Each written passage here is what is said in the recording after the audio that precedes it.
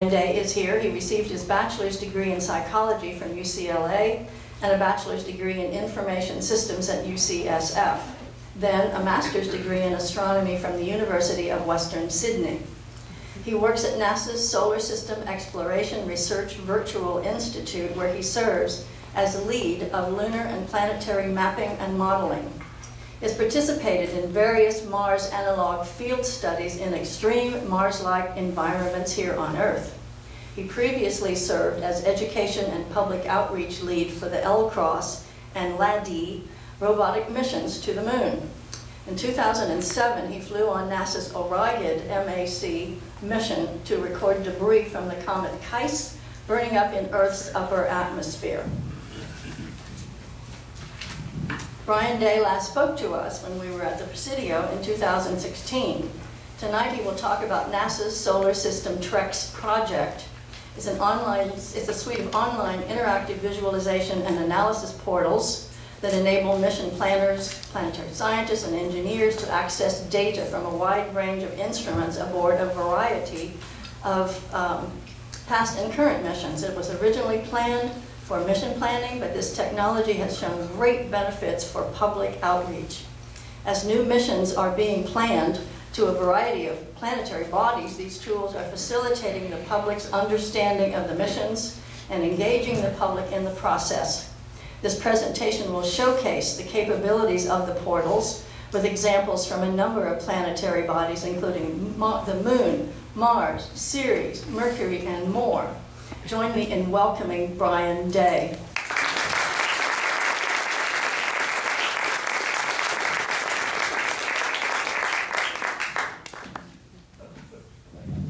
Thank you very much. I think Linda just gave my talk. No. Well, thank you for having me tonight. This is going to be a shameless plug for the work that my team at NASA is doing. We're having a lot of fun developing these portals for data visualization and analysis. The Solar System TREX program, as Linda mentioned, are designed for mission planning, for planetary science, as well as for public outreach. They are all online browser-based tools. You don't buy anything, you don't install anything, just point your Chrome browser at our website and go. Right now, it does have to be a laptop or desktop. We're not fully, or partially, but not fully enabled for mobile devices yet, but that is coming. Visualization is kind of key to the products, but there are a variety of data analysis tools. You'll see that there's all kinds of things that we can do. I'll give you an introduction to some of the capabilities. We'll start out with our Moon portal. This is how we actually began way back in the years of the Constellation program, long ago, when our plan was to go to the Moon. Wait a minute, that's our plan again. So you hang around long enough and it all works out. But the MoonTrek portal contains a variety of analysis tools such as lighting, slope, hazards from craters and boulders, elevation profiles, sun angles, and a whole lot more. You can browse, you can search, you can download data, all kinds of neat visualization. We'll get a look at it. Well over 1,000 different data products represented here, all geo-referenced, all co-registered. And that becomes really important. So let's take a look at how it works. Like any good GIS system, you can zoom, you can pan, and we'll just pan on down here to the crater Tycho. And one of the first things you might want to know about Tycho is, well, how big is it? And measuring a distance in MoonTrek is as simple as drawing a line. So we'll just draw a line here from one edge of the crater to the other. And we see that it's about 84 kilometers across. That is a big hole in the ground. One of the next things you might want to know is, well, how deep is it? So again, we can just draw a line. This time we'll extend the line on either side so we can catch the rim. And here we will generate a nice elevation profile. Let's move Tycho out of the way. So you can easily measure the heights of mountains, the depths of valleys. You can export this data to a CSV file for analyzing and whatever else you want to analyze it in. But as they say on TV, but wait, there's more, and there is. So we can draw a bounding box around any terrain that we want. So here we'll draw a rectangle around the crater, just like so. And it comes back and asks, well, would you like an STL or an OBJ? Files that you can then send to your 3D printer. And so you can make 3D prints of any terrain that you like. These disappear off my desk so fast. Hard to keep track. Yeah, I'm going to try and leave here with everything I came with, but we'll see. So yeah, these are wonderful teaching tools. We've taken these into schools for the blind here at Feel a Crater. And it's really a wonderful tool. But the real fun is when you drop into 3D mode and then you use the standard keyboard game controls to go flying. So here we will interactively fly down into Tycho Crater. We've got very good resolution in Tycho, so we'll just drop all the way down and we'll go roving across the surface. Now, we've never sent a rover to the floor of Tycho. How are we able to do this? This is all nadir pointing imagery, looking straight down from the LRO spacecraft. But then we combine that with the digital elevation models we have, and you can reproject and put yourself in any position you want. Now, this type of thing has been done for a long time. People have generated movies like this, but usually it involves, plotting out paths and sitting there and waiting for renders to complete. This is all done interactively. The videos you're going to see tonight were generated by me just turning on screen capture as I go flying along. So it's gotten a lot easier. One of our newest tools is one of our most popular. It allows you to just draw a path anywhere you want across the surface. So you just take the mouse, draw a path. The portal then comes back to you with a QR code. You scan that QR code into your smartphone, put it in a pair of cheap $15 Google Cardboard goggles, and whatever path you drew, you will now fly in virtual reality. This is fun.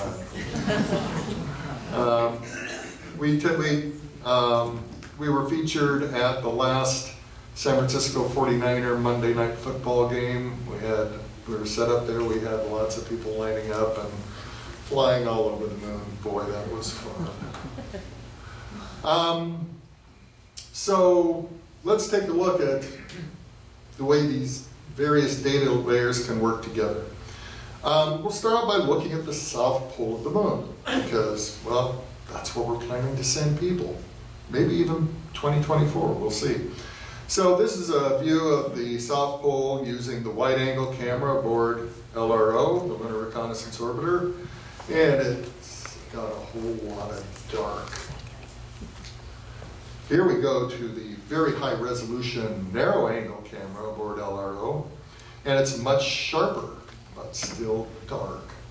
And that's because the sunlight is coming in essentially horizontally here. And that means that many of the craters are filled with shadow. And those shadows kind of shift azimuthally as the sun makes its cycle. But there are areas there where the sun never shines. Some of these craters near the pole have permanently shadowed areas where the sun hasn't shone in well over 1 billion years. Because of that, these places are very, very dark, very, very cold. These are the coldest places we have measured anywhere in the solar system, even colder than the surface of Pluto. And because of that, we got really interested and thought that this might be a place where volatiles, including water ice, might have become sequestered. And that's why we did the All-Cross mission, which will have to be a different talk. But it worked.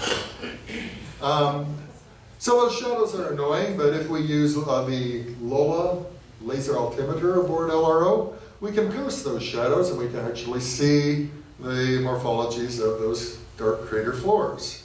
That's very useful. We can generate a slope map. red's bad here. Don't drive your rover over red. If you roll a rover, it's bad for your career. Now we can overlay those areas that are permanently shadowed. Okay, now this is starting to become useful. You've got the slope maps you can plan for the traverses. You can figure out where the permanent shadows are. So if you're looking for water, ice, now this is starting to look like a tool you might actually be able to use. And, let's go ahead and take a look at average temperature. So here's a map of average temperature. Blue, bring a jacket. Maximum temperature, still bring a jacket. This is from the LAMP instrument aboard LRO, looking at reflected Lyman alpha radiation and looking at albedo differences. And the red there is in all probability a surface deposit of frost. Here we have neutron spectrometry looking at the presence of hydrogen. We use this very much in guiding our course for the LCROSS mission. Neutron spectrometry does not tell you what form the hydrogen is taking, it just says there be hydrogen. But it stood to reason that one of the most common forms that the hydrogen will take will be in water. And sure enough, well, I'm spoiling that next talk, but yeah, it was. Here we have a fun map. This is ice stability at depth. How far down do you have to dig to get to a temperature where water ice would remain stable? And in those permanently shadowed craters, in a lot of those places, you don't have to dig at all. It's stable right on the surface. Of course, the problem is trying to do anything in those shadows because it's cold. So, yeah, I mentioned the narrow angle camera has really good resolution. So here we're looking at the Shackleton crater. On the edge of it is the actual South Pole. We'll go ahead and zoom in a little bit more, a little bit more. Okay, now this is starting to get a little fun. So you can really go exploring here. And we've got a bunch of little permanently shadowed areas right along that rim there. And that could be a real fun area to explore. A lot of people are working out traverse plans right now as we speak. It just keeps getting better, more interesting. It's a really rugged terrain though. So let's talk a little bit more about these different data layers and see how they work. And I'm going to do that. Here we'll look at the Marius Hills. You're probably familiar with that with your telescopes. This is one of the most spectacular concentrations of volcanoes on the surface of the moon. Look at that and make exclamations of wonder. Aren't those spectacular? Maybe not so much. Not seeing much of anything there. Well, the problem is that on the moon, lava, when it erupted, typically had a really low silica content, which meant it had very low viscosity. It was really runny. About the same viscosity of olive oil at room temperature. It's hard to build a mountain out of that.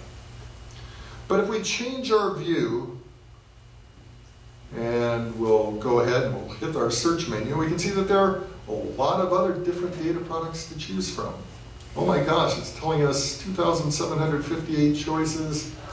Where do we go from there? Well, we can narrow it down by typing in, I know I want to look at laser altimetry, so I'll type in LOLA for laser altimetry. Oh, that narrowed it down to 11 results, much more manageable. We'll select the LOLA and TC stereodem merge. Ooh, look at that. There's that exact same area, but in a laser altimetry view, and all of a sudden 200 plus domes and cones pop out into view. That looks pretty good. Now, that's kind of neat, but well, how big are those volcanoes?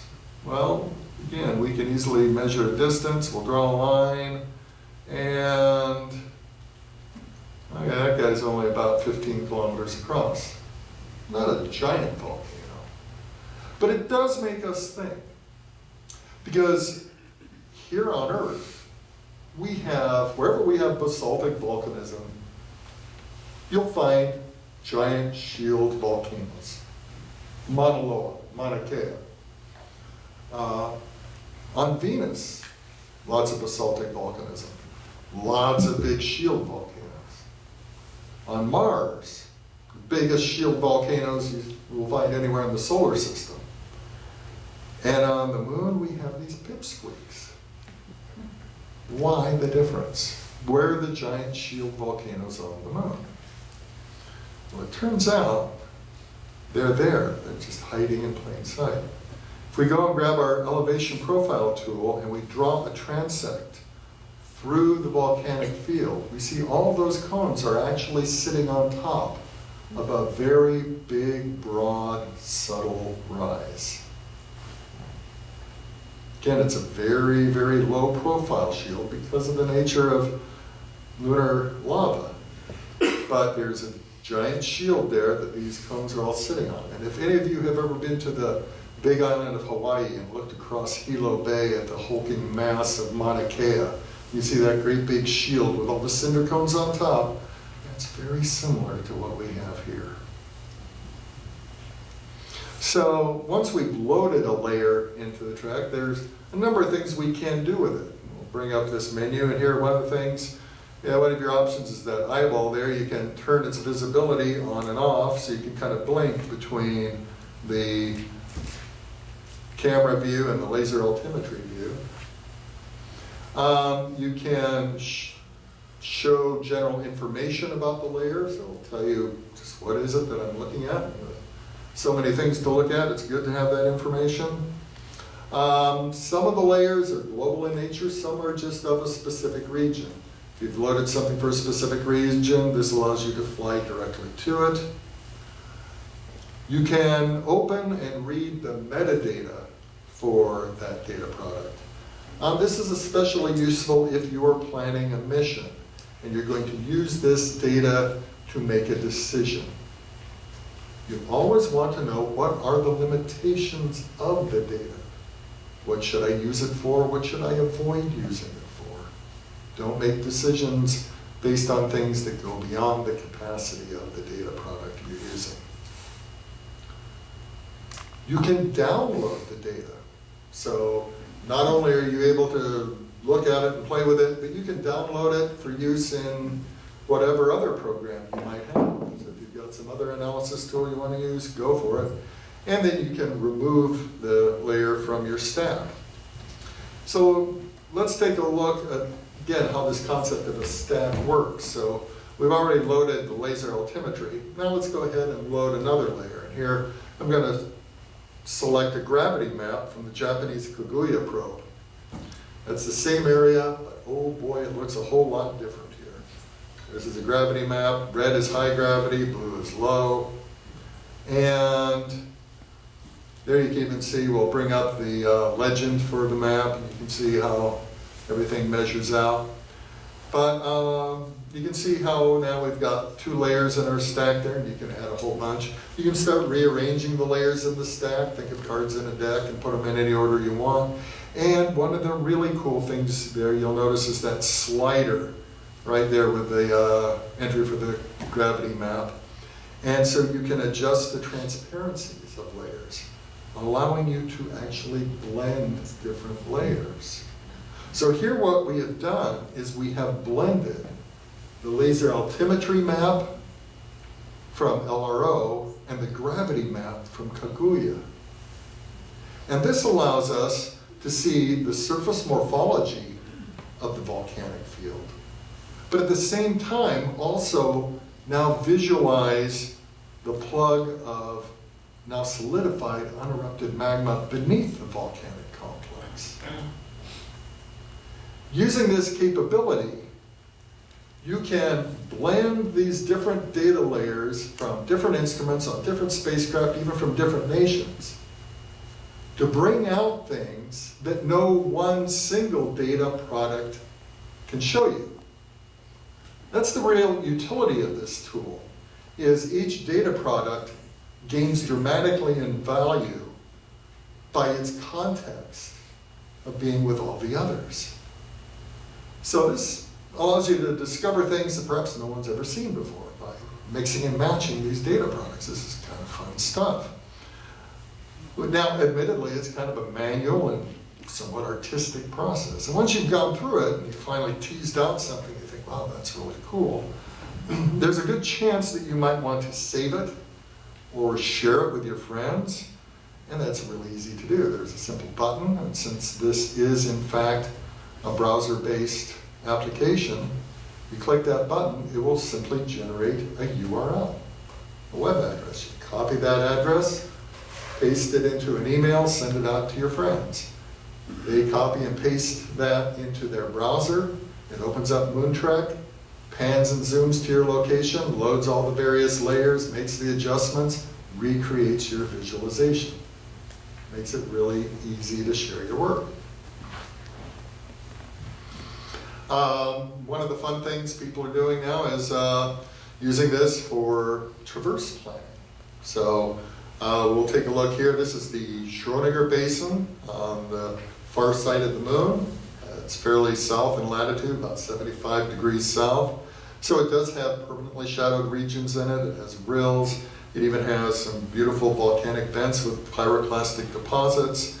And here we'll just go ahead and drive along the floor of Schrodinger and drive right up to one of those volcanic vents and stick our noses down and take a look. It's fun to just go driving around like this. So what we've done for the moon, we did for Mars. So our Mars Trek portal provides very much a lot of the same capabilities.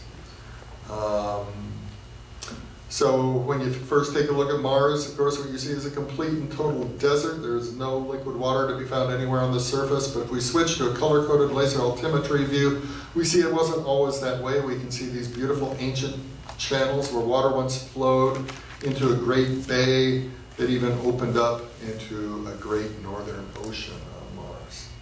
Whoa.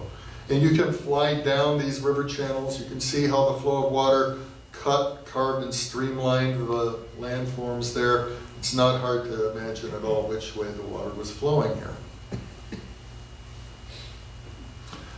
Of course, Mars also has volcanoes, great big volcanoes. Here we're looking at the volcanoes of the Tharsis Bulge, the greatest of which is, of course, Olympus Mons, over 600 kilometers across at its base, about 2.5 to 3 times as tall as Everest. Just the caldera alone is big enough you could put the whole island of Oahu in there.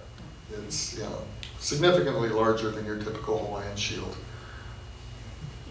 So back in the fall of 2015, we had this really fun meeting in Houston where we had people from all over the world get together and get into several days of very passionate discussions of where should we send humans on Mars? Where are the places where we want to have our human missions? And we defined something called an exploration zone. That is a circle with a 100-kilometer radius. Within it, it has to have areas of specific scientific interest as well as resource areas of interest, because you're going to have to live off the land when you go there. There are a lot of very precise specifications for where you should and should not put your exploration zone. We came up after a great deal of arguing and debating and rending of garments and gnashing of teeth. We came out with, you know, a little over 40 of these exploration zones, and they are marked here in Mars Trek, and so you can go and conduct your own explorations. We'll look at a couple here in the Valles Marineris region, so we'll dive down to Valles Marineris. This is we start out with a Viking orbiter view. Now we've switched to the Themis infrared camera on the Odyssey spacecraft. We overlay the exploration zones, and we'll fly on down. Now we'll switch to the CTX camera on the Mars Reconnaissance Orbiter and go skiing across the terrain there. We can see individual sand dunes now, and we can see these wonderful sedimentary deposits. So long, long ago, there were great paleo lakes on the floor of Valles Marineris. These beautiful lakes, and minerals would form at the bottom of those lakes, and those minerals would incorporate some of that water into them. So we end up with these really rich deposits of hydrated minerals that are there to this day, including polyhydrated sulfates that are up to 50% water by volume. You heat them up to 150 C and they release that water.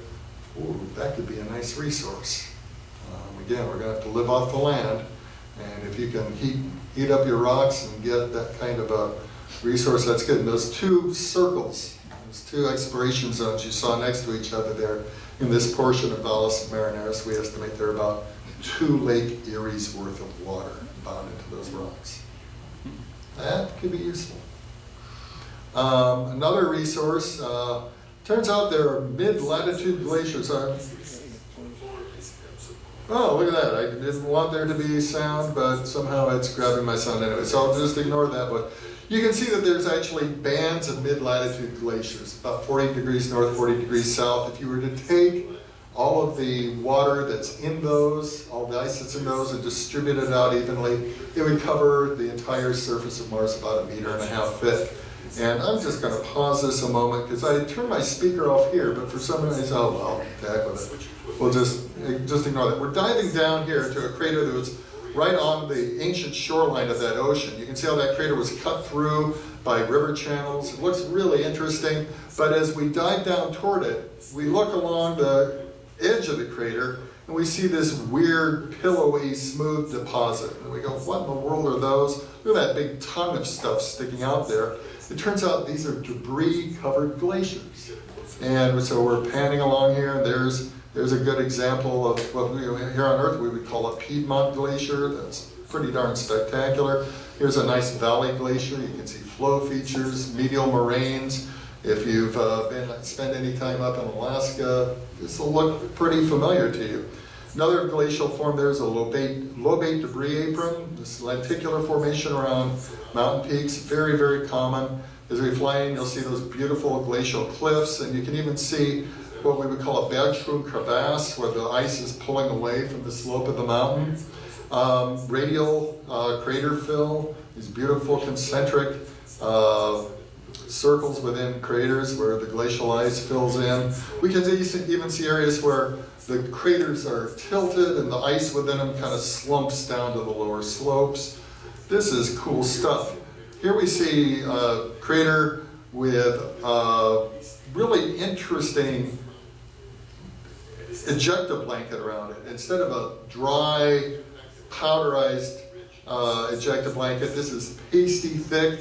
It's an indication of where an impact happened in an area that was rich in subsurface water or ice. And if you look around that, you can see these fluvial features where water actually flowed out across the surface. So you had this rampart crater impact that formed this big sploosh on the ground, water flowing out, and then you have a lobate debris apron glacier come rolling on over the whole top of the thing. This is really cool. I just found this one day, just again flying around Mars, and you just fly right up to it. And you go, what in the world's going on there? So there are these wonderful resources of glaciers that could be very important to us. Because, yeah, there's ice up at the poles. We can't send our astronauts there. It's just too nasty an environment. But if you've got glaciers at essentially latitude 39 degrees, that could work out for us just fine.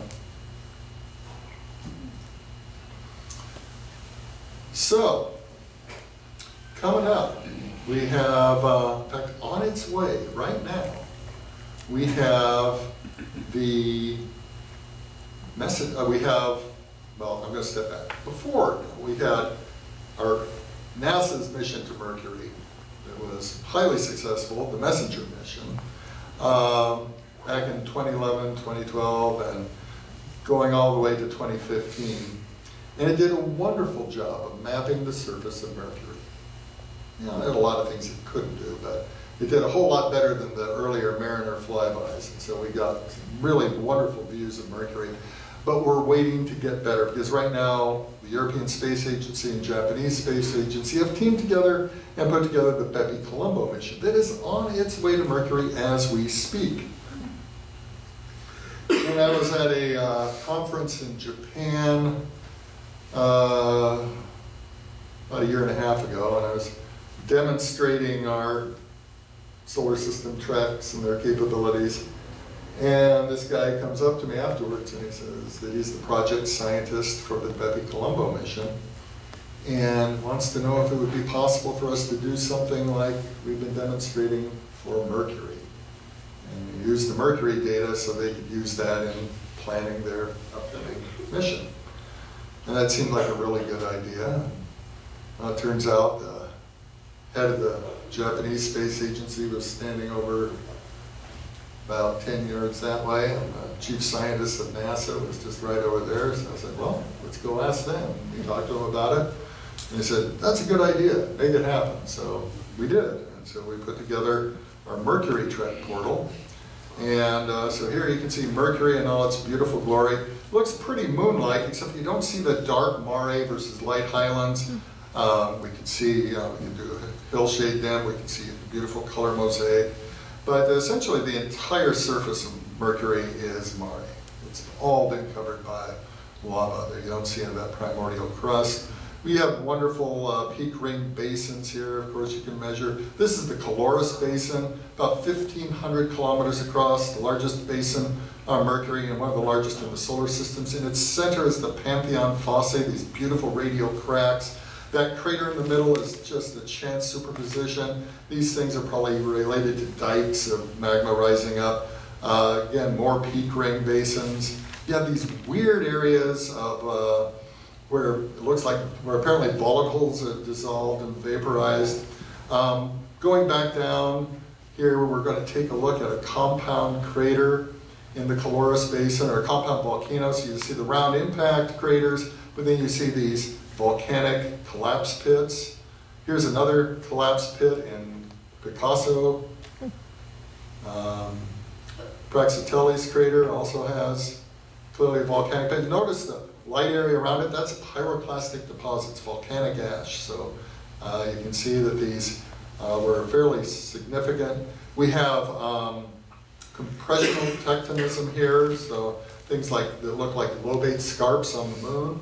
So you have these beautiful wrinkle ridges going all across the surface of Mercury. These tell us the story of how Mercury, as it has gone on through time, has been cooling, and as it has cooled, it has shrunk.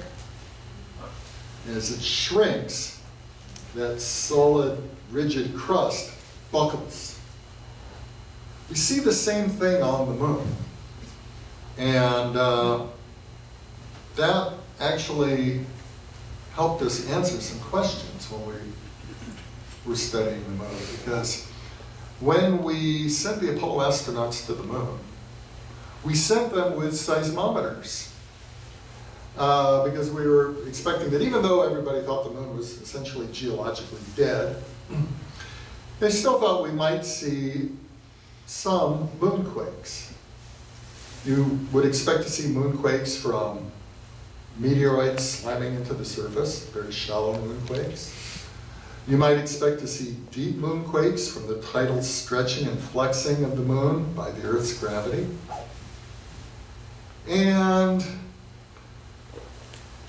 people figured you might even see shallow moonquakes from thermal expansion and contraction of surface or near surface rock as you went from the very hot daytime surface to the very cold nighttime surface. And as a matter of fact, we saw all three of those types of moonquakes. But then there was a fourth one that we weren't expecting. One that originates 25 to 50 kilometers down, can get up to magnitude 5.5 and last for over 10 minutes. Let me assure you right here and right now, if you're in a magnitude 5.5 quake that is lasting for over 10 minutes, you will very quickly conclude that the object you're sitting on is not geologically dead.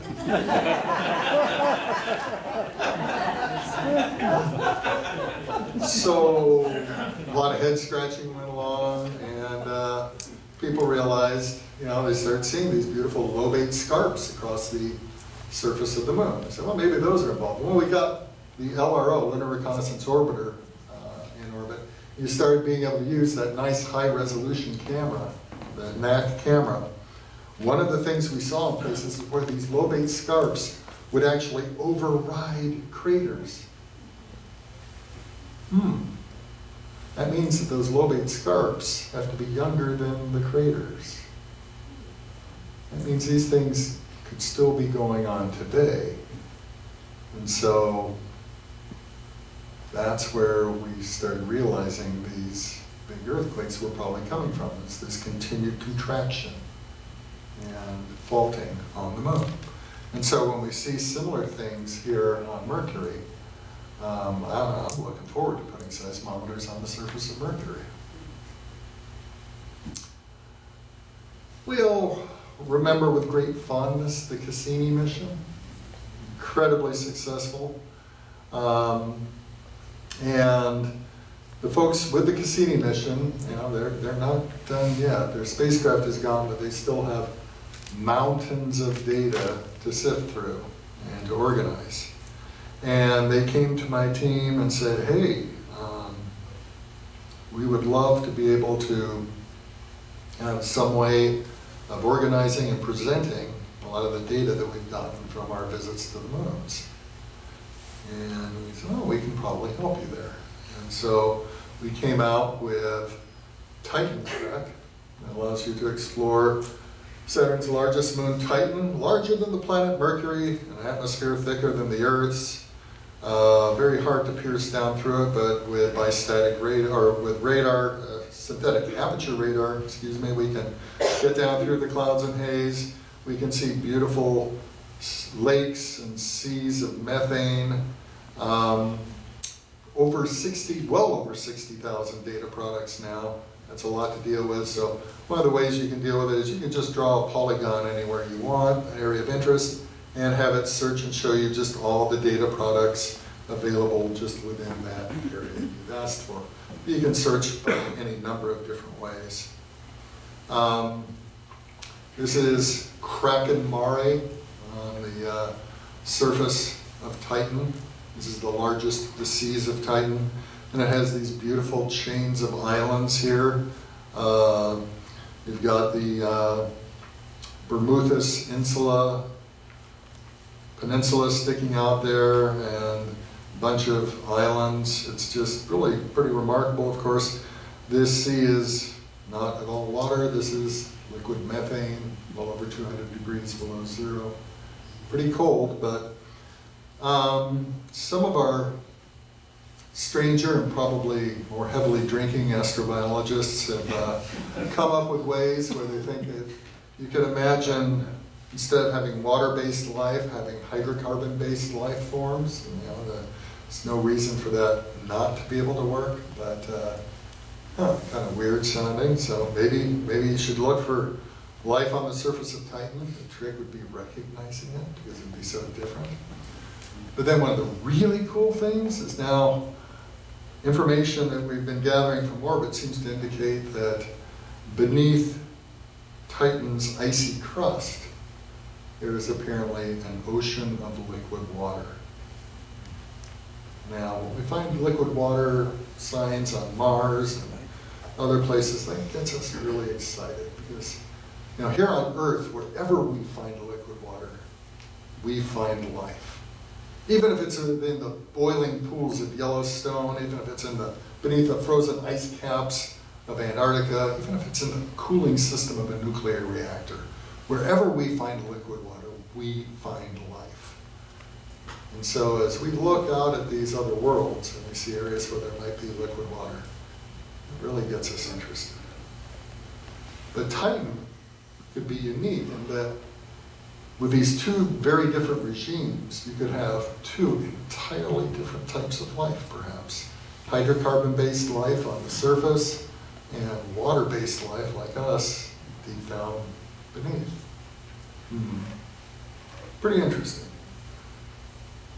Boy, I just really wasn't anticipating the projector talking. So anyway, we came also out with what we call Icy Moons Trek that has 7 of Saturn's smaller icy moons: Enceladus, Dione, Iapetus. Well, we'll go through them here. So Enceladus, you see these beautiful cracks and fissures, areas that have been completely resurfaced, very clean here. There's clearly very recent tectonics going on. On Enceladus, we have these tiger stripe fissures where water is actually erupting in geysers. Dione also has these wonderful rifts and fractures, a lot of active tectonism going on there. Tethys obviously had a very bad day. It took a mighty whack. Here's Rhea, and the leading edge of Rhea is much lighter than the trailing edge. That's kind of interesting. Just the opposite of what we find here on Iapetus, where the leading edge of Iapetus is very dark, and the trailing edge. Here we have the moon Mimas doing an excellent impersonation of the Death Star from Star Wars. And here we have the moon Phoebe doing a wonderful imitation of a wiffle ball. Phoebe may well be actually a captured Kuiper Belt object, so that gets us interested in looking at that from a very different standpoint. Yeah. Okay. The Dawn mission, that recently completed about a year ago, and that was a uniquely spectacular and successful mission. It was the first time we sent a spacecraft out, had to go into orbit around one planetary body, then fire its engines, leave, and go into orbit around a second planetary body. So spent all its time in the asteroid belt there, and it visited first the Planetesimals Vesta. And so again, you can bring up a variety of different data layers for Vesta. So we can see again the Hillshade altimetry. We can take a look at neutron spectrometry, geologic mapping, mineralogy. So, ooh, look at that. All kinds of neat stuff. When we look at the South Pole of Vesta, well, we do so for a good reason. Vesta, when it formed, should have achieved hydrostatic equilibrium. It was a nice, perfect sphere. But when you look at Vesta today, it is anything but a nice, perfect sphere. The North Polar area looks nice and round, but you get down to the south, it looks like a bunch of it is missing.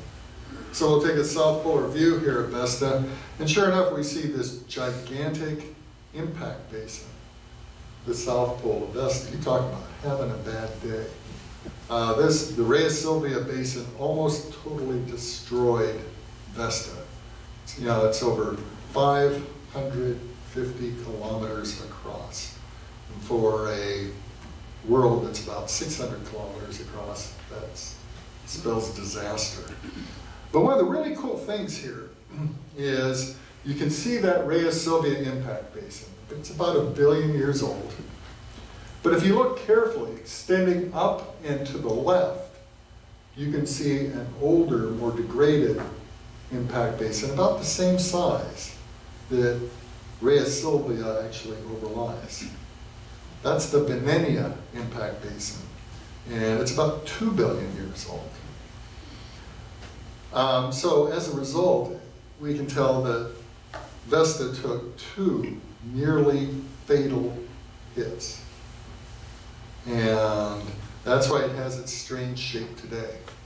Now, one of the cool things is when you look at Vesta, if you widen your view and start looking around in the asteroid belt, you will see a bunch of really small asteroids that all have the same spectral fingerprint as Vesta. These are shards, these are fragments of Vesta that have been broken off.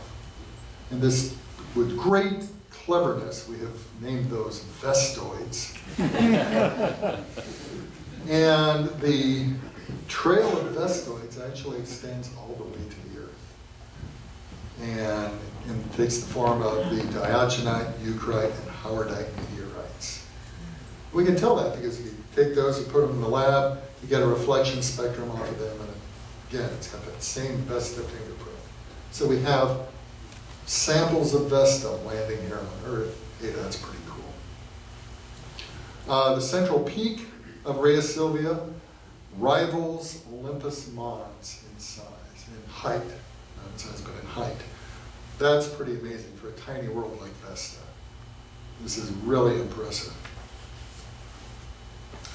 As you fly around Vesta, you can see these circumferential fractures that show where Vesta really was almost completely disrupted. These are centered on the Rheasilvia Basin. You can fly right down into them. It's kind of fun. Similarly, you can find the Saturnalia fossae, older, more degraded fractures, that are centered on the Venenia Basin.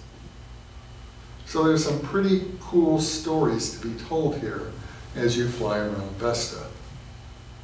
One of my favorite is, okay, that's the snowman right there, those three craters. And the lower crater there, Marcia, we're going to fly up and look at that area of little pits, rimless pits. Again, with great creativity, we have called that pitted terrain. And what we'll do is we'll kind of fly up and say, what in the world is going on there? Let's bring up a mineralogy layer, and then, okay, we'll kind of blend that in so that we can combine the coloration of mineralogy and the detail, and oh look, now that's really standing out. So what in the world is happening here? What we think was going on is that there was a deposit of subsurface ice in this area. Vesta is largely a rocky body, but it wasn't entirely. There was some ice mixed in. And that subsurface ice was sitting there nice and happy until the big impact that formed Marcia Crater happened. And then the heat from that impact caused that ice to volatilize, to turn to gas and erupt under pressure, creating this area of pitted terrain. Peter Jenniskens, one of my colleagues at NASA Ames, had me work on this area with him. This is a crater on Vesta.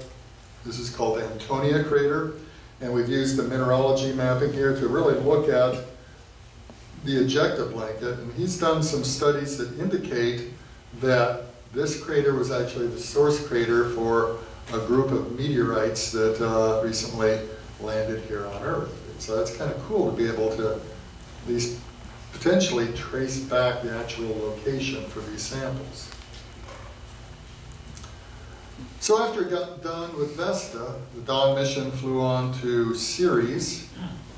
And so here's our Ceres trek portal. We can go spinning around, and as we do, we see Akator Crater. The first thing we notice with the spacecraft, with the Dawn spacecraft, is coming in these really bright spots there in Akator Crater. And people go, what in the world are those? What are we seeing there? And it turns out that these are, in fact, deposits of salt.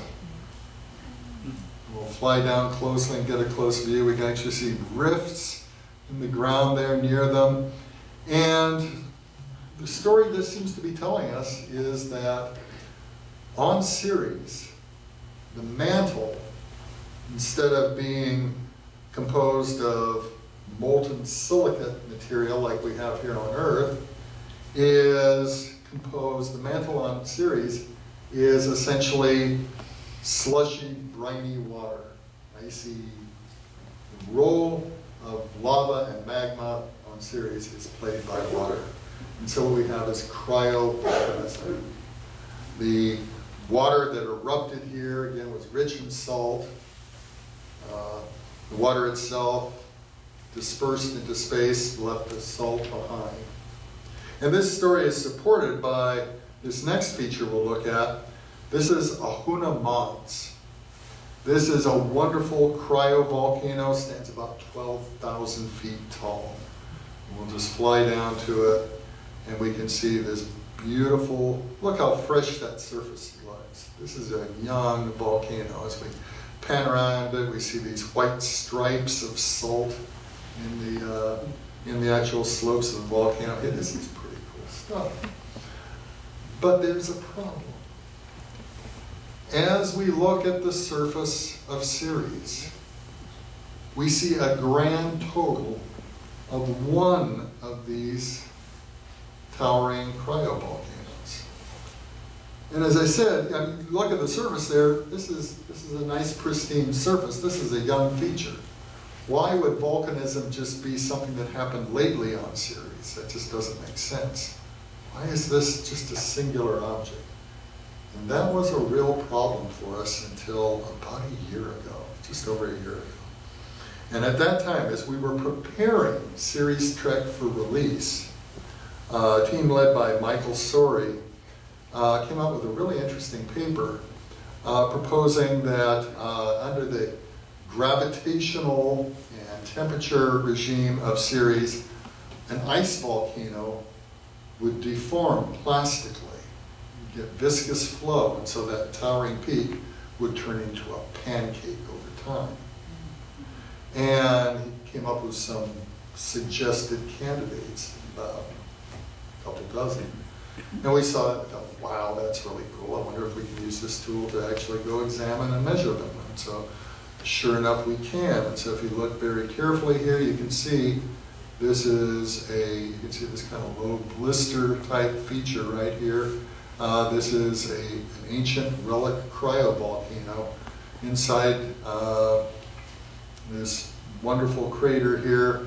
And what has happened over time is, again, gravity has caused that very viscous plastic material to flow and flatten.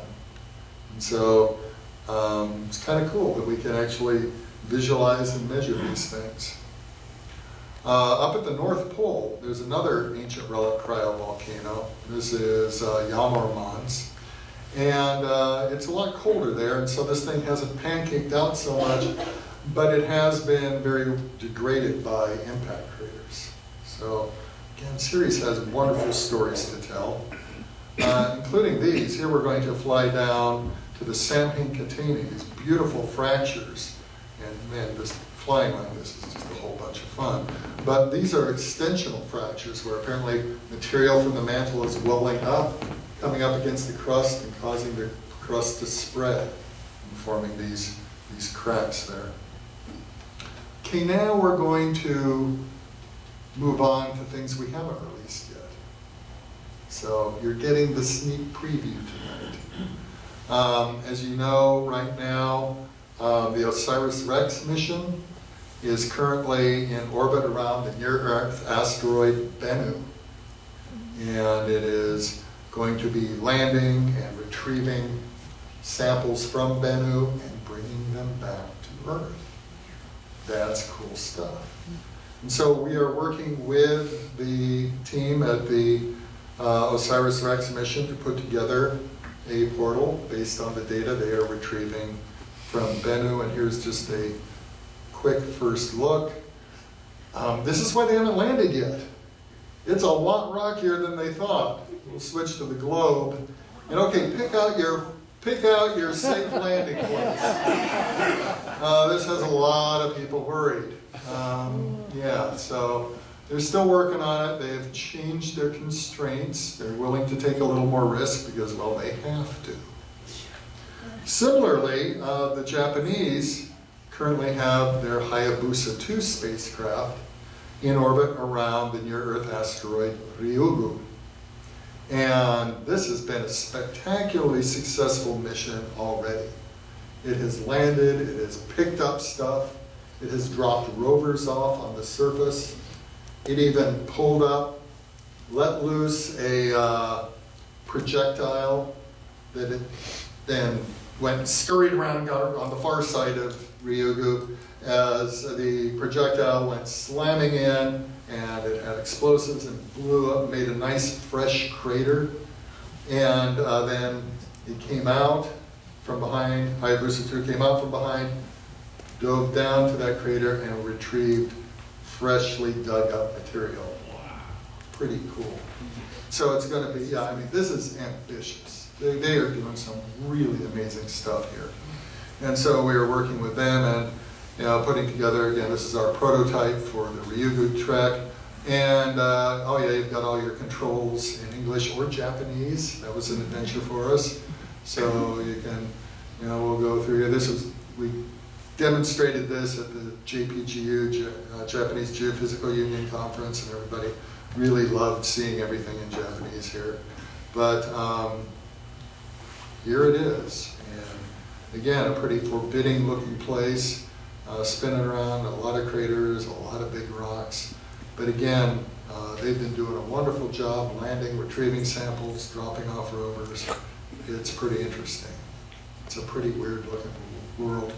Both Bennu and Ryugu are carbonaceous rubble piles. They're just held together very loosely. We're also working with the Japanese Space Agency, supporting a mission that they have in planning, the MMX mission, the Martian Moons Exploration Mission. And it's scheduled to launch in 2024. It's scheduled to actually land on Phobos, the larger moon of Mars, and retrieve samples, and then do a nice flyby of Deimos. And so currently we're working on a Phobos portal. And so here's we can do, same kind of things you're used to seeing now. We can measure distances, do profiles, and you can do the 3D globe and see that, yes, it does in fact look like a potato. And so we're waiting to get a lot more data products coming in, but we can, we've got a start going here, so you can get your color height field, psychedelic Phobos, and do all kinds of things. And you can go flying and buzz Phobos, so look for this portal coming out too. So with that, I will invite you to go ahead and just point your browsers to trek.nasa.gov. Go ahead and play with these things. Use them. I think you'll enjoy them. God, I hope you do, because you spend a lot of time with them. They're a lot of fun.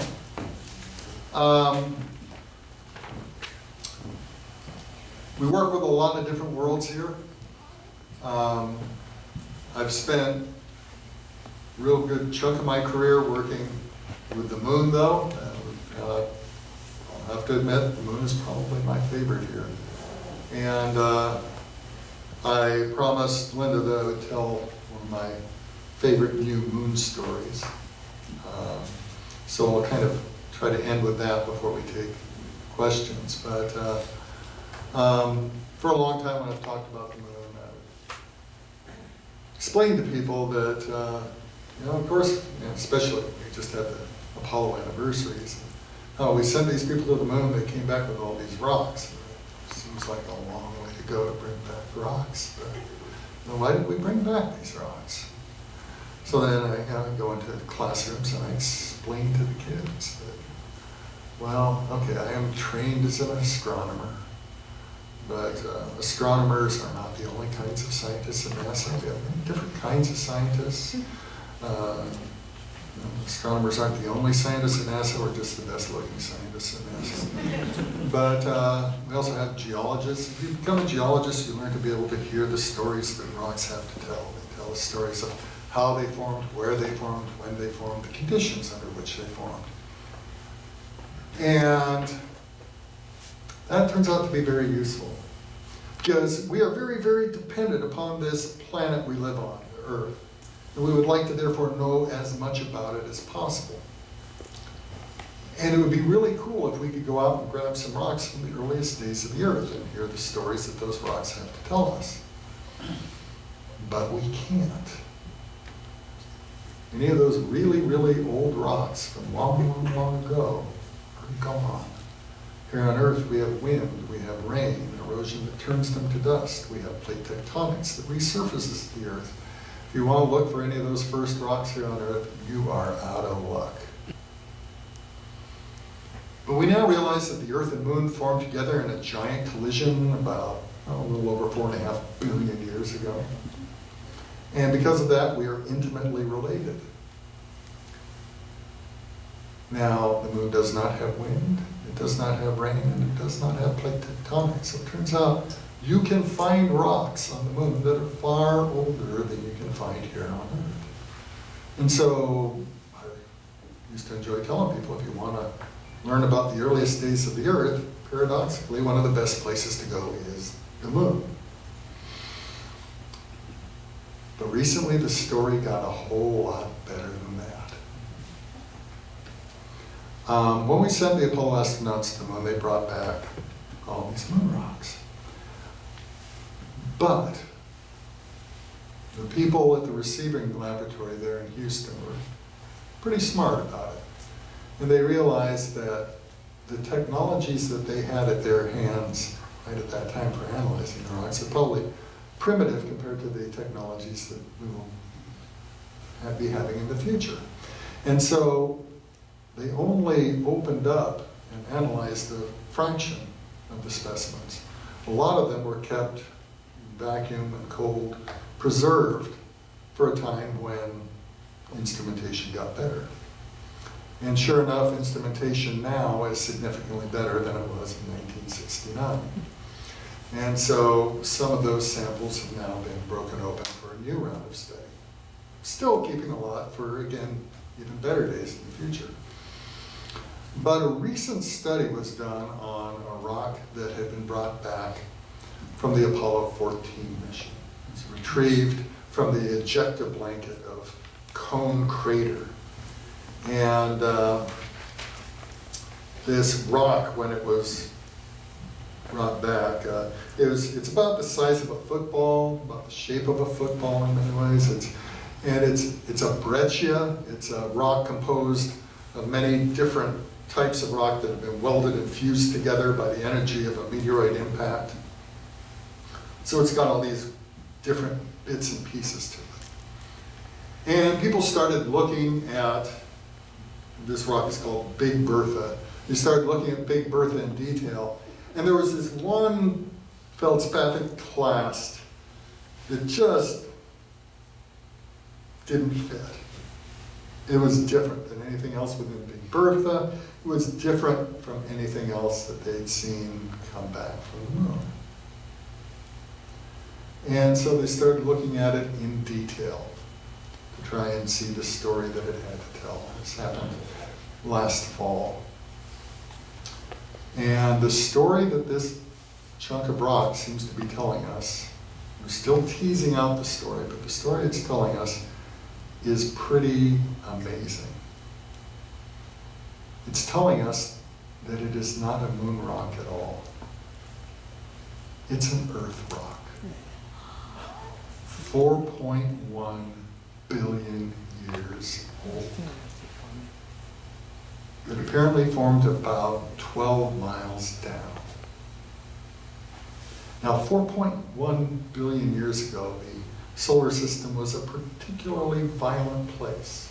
Big bombardments going on, asteroids slamming in at very high speeds, and the Earth got hit really hard, and this piece of rock from 12 miles down got excavated. A lot of rock got thrown into space, and this little piece happened to land on the moon. But it didn't get to rest there peacefully for very long, because 3.9 billion years ago, another asteroid came charging in, slammed into the moon, forming the giant Imbrium impact basin on the moon. From the standpoint of our little rock, it witnessed this huge, massive tidal wave of hot molten material coming over the northern horizon and enveloping it and burying it, fusing it to native moon rock, and leaving it deep under the ground there where, by all rights, it should have remained for essentially all time. But 26 million years ago, another smaller asteroid comes plowing in, slams into the moon, forms Cone Crater, excavates that little rock, and puts it back out on the surface again. Where astronaut Alan Shepard comes walking along, looks down at it, and he says, I like that rock. I want that rock. Grabs it, puts it in his bag, and brings it home. So it turns out, apparently, according to the story that this rock seems to be telling us, the oldest Earth rock we have ever seen was kept and preserved and protected for us on the moon. That's a cool story. I love telling the stories of these rocks. And these rocks are wonderful educational tools. Another side thing, one of my other hats that I wear is we have a wonderful program at NASA where, do we have any K-12 teachers in the audience? Anyone who knows any K-12 teachers? Okay, there we go, that's good. We have a wonderful program where K-12 teachers can go through a certification program, a little workshop we put on. And once they've gone through the certification, they can actually borrow some of the Apollo moon rocks to bring into their classrooms. That is cool. The kids really register, they get to see an actual rock from the moon. That's pretty neat. You see them really relate to that. So, these rocks are wonderful outreach tools.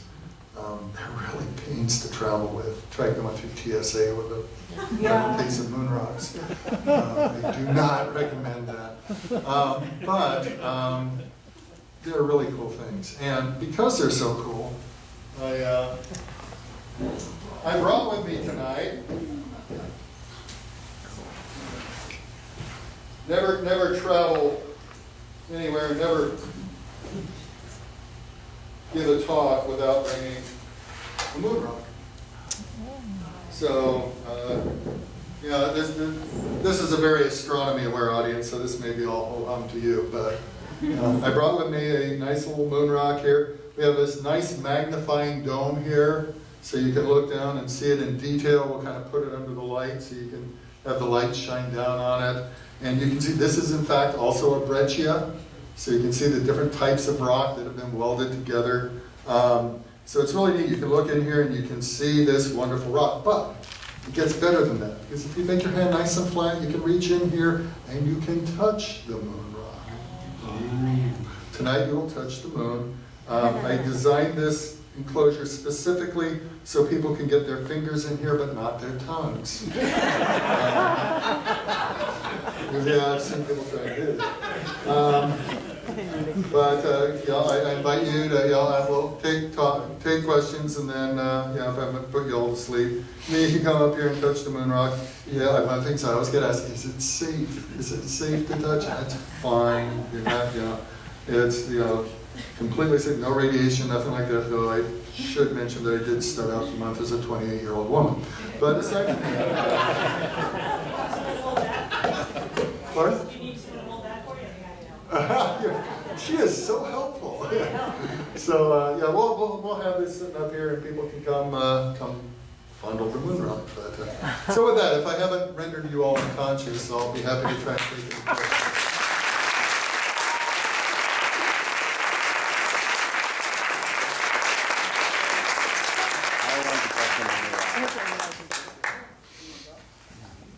Question in the back. My question was, so you can 3D print sections, right? Can you 3D print like the whole book? We're working on being able to 3D print full planetary bodies. So my development teams at JPL, I gotta call them up. Their names are at the bottom here. They are just incredibly talented engineers. I'm but a mere scientist. They're the engineers, they're the brains behind this. But they have been able to put together whole body reconstructions based on the data. And we're going to make that available so that you can do 3D prints of the whole globe. Yeah, it's a great idea. Yes? Two questions for you. One, how long does it take to create a visualization of one of the planetary bodies? The second question is, you had one layer where you talked about the gravity in the layer. What sensor detects gravity? How do you do the gravity map? So we got our most detailed map of the gravity, variations in the gravity of the moon recently from a mission called GRAIL, the Gravity Recovery and Interior Laboratory. Really an amazing mission. And this mission actually consisted of 2 spacecraft flying in formation in orbit around the moon, one behind the other. and they had a microwave link between them, allowing them to measure the separation between the two spacecraft to within less than a micron. Now, the way that gravity works, of course, is that the closer you are to something, the stronger it tugs upon you.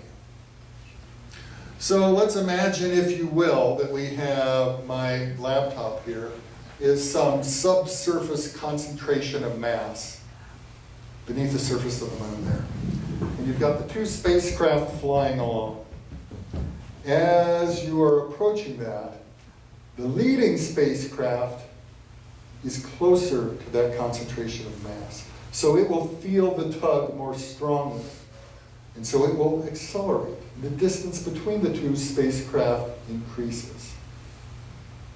Now you fly over it. Now that leading spacecraft is getting pulled back. At the same time, the trailing spacecraft is accelerating. You see that distance decreasing. And so you've got this kind of slinky effect as you go over variations of mass beneath the surface. And as you do orbit after orbit after orbit after orbit, you integrate that all together, you can end up getting this beautiful gravitational map. So how long does it take to put together one of these portals? They're kind of living, breathing things. They keep evolving over time, but getting to the point where we can actually have something that we can have ready for an initial public release is something less than a year typically. Yes? Is there a layer that shows the geographical names of various? Yes, so there is actually, you can click on a nomenclature layer and the names will pop up. Also, there's a fly to button in the upper right. You click that, and a little space comes up, and you can type in either a longitude or latitude. That's what it prompts you for. I'll tell you right now, kind of an Easter egg. You can type in a name, and it'll fly you to that name. Yes? So if, I don't know if you've done this yet, but if there was a drop-down menu of all the features, like for example, this is a crater, there's a drop-down menu of all the possible geological features in all these bodies that you found. Are they all represented on Earth, or is there some major class of geological feature that we don't see here on Earth that you found in one of the bodies? That's a really good question. Is everything that we see on these bodies something that we find here on Earth? Okay, I can't think of an example of a rampart crater like we see on Mars here on Earth. Most things that we see in the treks we do see on Earth, maybe in a little bit different form. All the volcanic landforms with variations. Like I said, we like to use magma. They like Ceres likes to use water, but it's kind of recognizable. But the rampart crater immediately jumps out at me. One of the fun things is when you're cruising around the surface of Mars, one of the things we have bookmarks. You can click a bookmark and it will fly you to key locations. So any of the Viking lander sites where our rovers have been, whatever, and you can explore key locations there. But it's kind of fun. You go to like Gusev Crater where Spirit landed. You start looking there, and you can see the actual path. We outlined the actual path that the rover took. But then you see all these other weird paths. These dark lines, squiggly lines going across the surface. You go, what in the world are those?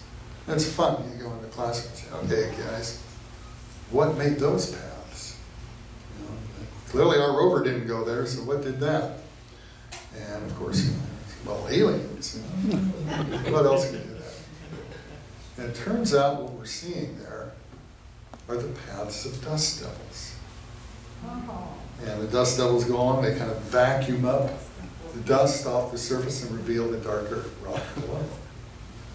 And that turned out to be really, really critical. is you'll remember Spirit and Opportunity landed on Mars with a life expectancy of 90 days. And boy, they both, especially Opportunity, really outdid that dramatically. And one of the reasons they had such a short life expectancy was, well, they were solar powered. They had these solar panels sticking out. And people realized as they drove along, they were going to kick up a bunch of dust. That dust would accumulate on those solar panels. And eventually your power generation would drop lower and lower and lower, and eventually they'd starve. And that was kind of factored into how long we thought they'd last. And sure enough, as they're driving along, we see the power levels dropping and getting lower and lower and lower. And okay, that's pretty much what we thought. And then all of a sudden, boom, power level goes way back up again. What in the world was that? That was a dust devil that went right over us. It's like driving through a car wash. Started calling those cleaning events and started depending on it. Actually worked real well for us. So yeah, those are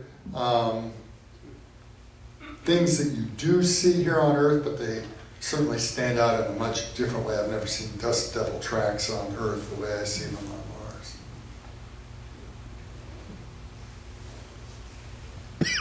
Are you doing this technology for the Earth, or are you only doing Are we doing this for the Earth? The answer is yes. There is an Earth Trek in the works. Started out actually funded not by Planetary Science, but by the Earth Science Group within NASA, the directorate within NASA. And it started out as a project to study hydrology. Then a new module was added to look at the appearance of methane. But now we're looking at a number of other additional applications for this Earth portal. And I especially want to use it for, Linda talked about how we've gone out on the Mars analog studies where we go out to some of the harshest environments here on Earth and play like we're Martian astronauts. Figuring out how we will live and work on Mars and how life would adapt to the harsh conditions on Mars. It's a really amazing experience, but what I'd like to do is really gather the map data products for these various analog sites and again put all that in the context of each other so we can really get more out of those analog sites. And there are a variety of other neat applications that we're, neat ideas we're coming up with for an Earth Trek. So yes, it's coming.